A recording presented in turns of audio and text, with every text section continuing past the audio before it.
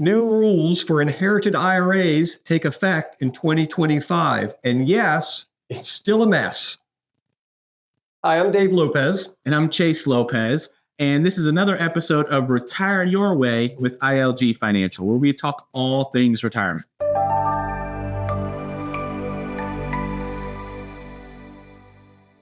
Now, before we jump in, Dave, I always want to remind folks, go ahead and hit the like and subscribe button down below. That way you get alerted for any of our future videos. Yeah. So what do I mean by it's still a mess? Well, in 2020, we had new rules for inherited IRAs.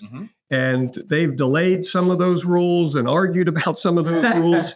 And it is a bit complicated, I will have to say. So it's worth taking the time to know the rules. And the reason is, if you don't, it's at your peril. Yeah. It can either cost you penalties, or at a minimum, you can just be paying more tax on the same money than you need to. Yeah. So back in 2020, the Secure Act was passed. And part of that passing of that law was the fact that if you inherited somebody's traditional IRA, then you had basically 10 years to get that money out, pay the taxes, and then you could spend it or invest it somewhere else. That's right. Right. Now, between 2020 and 2024, because everyone was very confused about the new rule, the IRS basically gave everyone a moratorium and said, hey, between 2020 and 2024, you are not required to take money out of that inherited traditional IRA. But now in 2025, they said that moratorium's over. That's right. So you have to start taking your required minimum distributions. Exactly. And that's just the beginning of it. There's really two parts to the rule, aren't there? One part of the rule is that you have to, we'll get to that, have to take what's called required minimum distribution, which is a little piece each year, has to be withdrawn so the government can charge you tax on it. Right. The second part of the rule is called the 10-year rule, which means the entire amount has to be moved within the 10-year window. Now, here's what's tricky.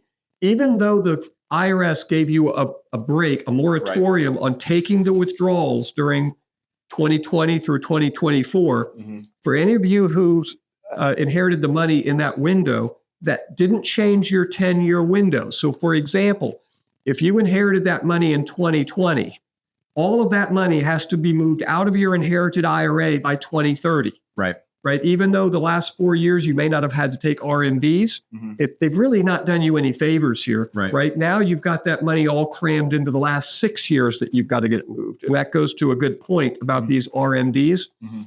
That's the minimum required distribution that you have to take.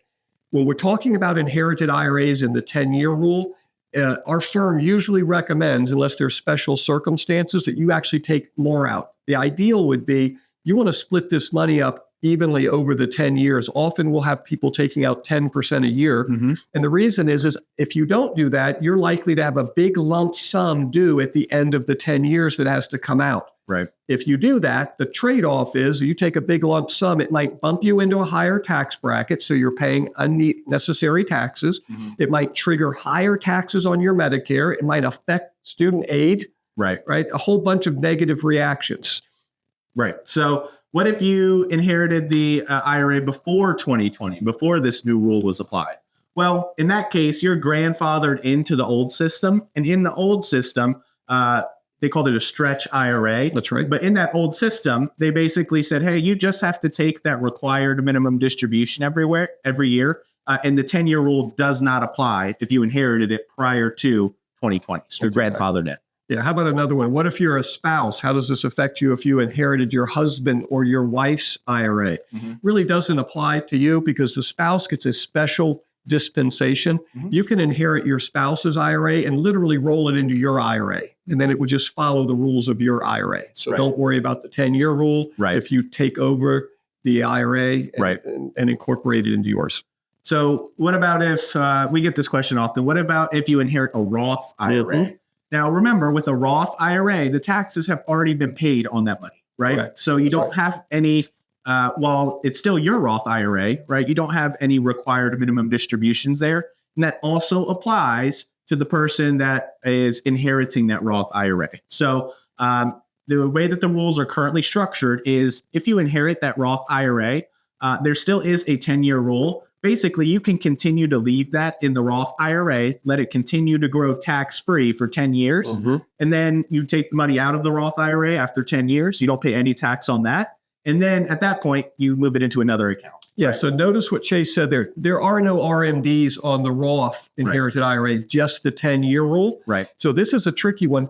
We would recommend for most people, we'd have to talk to you individually, of course, but usually this would be in a situation where you wouldn't want to take any of the money out unless you needed it. Right. And the reason is for that 10 years, I want that money growing tax-free as long as possible. And yes, the bucket's as big as possible at the end of the 10 years, but since no taxes are due, there's no disadvantage to do it. If you pull the money out early and you don't need to spend the money, it's just going into a new account, a regular account that's taxed as you go. So get with your financial provider on that one. Yep, okay. Absolutely. What's next? Yeah, so what if we inherited a traditional IRA from someone after 2019, but they had not started their required minimum distribution? They were too young. Yes. Yeah. The person that deceased was too young to be. So if you're too young to do it, let's say that you passed away, God forbid, at 65. Right. Your RMDs weren't due until this person might be 73.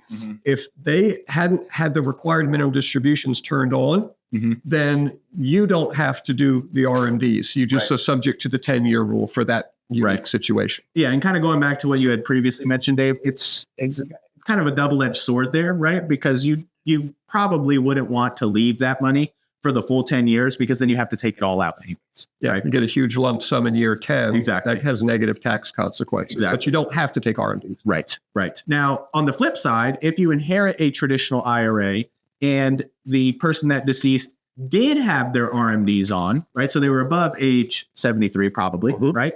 Then you do have to take a required minimum distribution every year. And also you have that 10-year rule. So that goes back to what we talked about at the top, which is you'll have two requirements in that specific situation. Again, you want to get with your financial professional to figure out a plan that's specific to you, but probably they would recommend taking out a little bit more than your requirement because of some of the things we talked about already. Exactly. Okay.